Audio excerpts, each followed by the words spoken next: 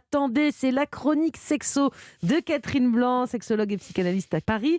Catherine, vous allez répondre à la question de Chris. Jimmy, vous nous la lisez, s'il vous plaît? Avec grand plaisir. J'ai rencontré une fille il y a un mois. Alors attention, c'est pas moi qui parle. Les sentiments sont là. Il précise, vous avez vu Catherine, Pas de surtout, problème à la ne maison. croyez pas que c'est lui. Hein. Les sentiments sont là. Nous dormons ensemble une fois par semaine. Bon, c'est un petit joueur. Mais je n'arrive pas Il commente encore en plus à être maintenant. à l'aise. Non, mais je C'est rêve. souvent comme ça au début de relation. Comment faire en sorte que je me sente à l'aise rapidement avec elle? Alors, Catherine, est-ce qu'il ne serait pas un peu fragile, Chris, là?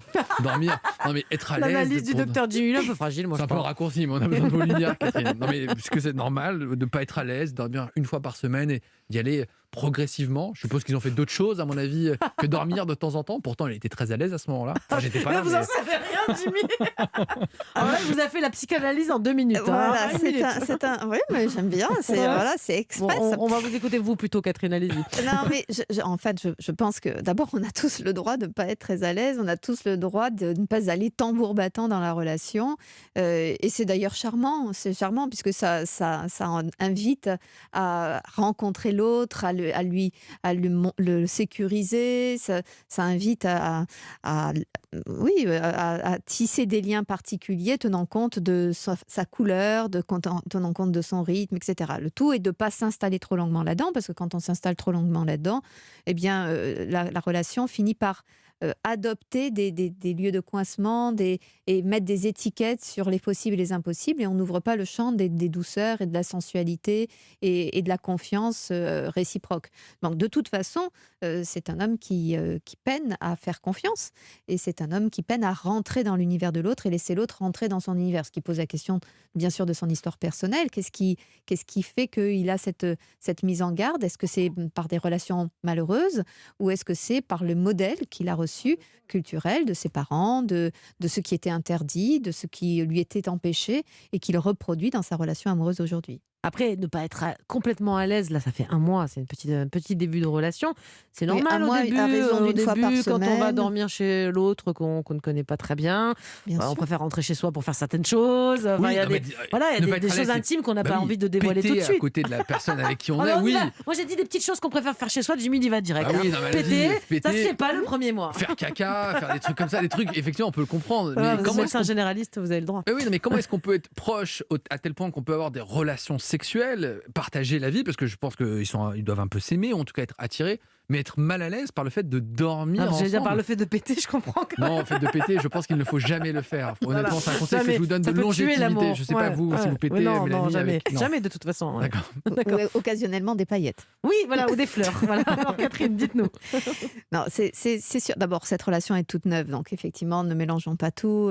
Et ils y vont progressivement. Ça fait à peine un mois. Il y a raison d'une fois par semaine. Donc, franchement, on peut comprendre que ça va aller tout doucement. Oui, dans 15 ans, il dormira 2 fois par Oh, semaine. Non, mais vous êtes franchement, dur. Jimmy, vous il est êtes pressé, dur. hein, Non, ouais. non, non, non, non.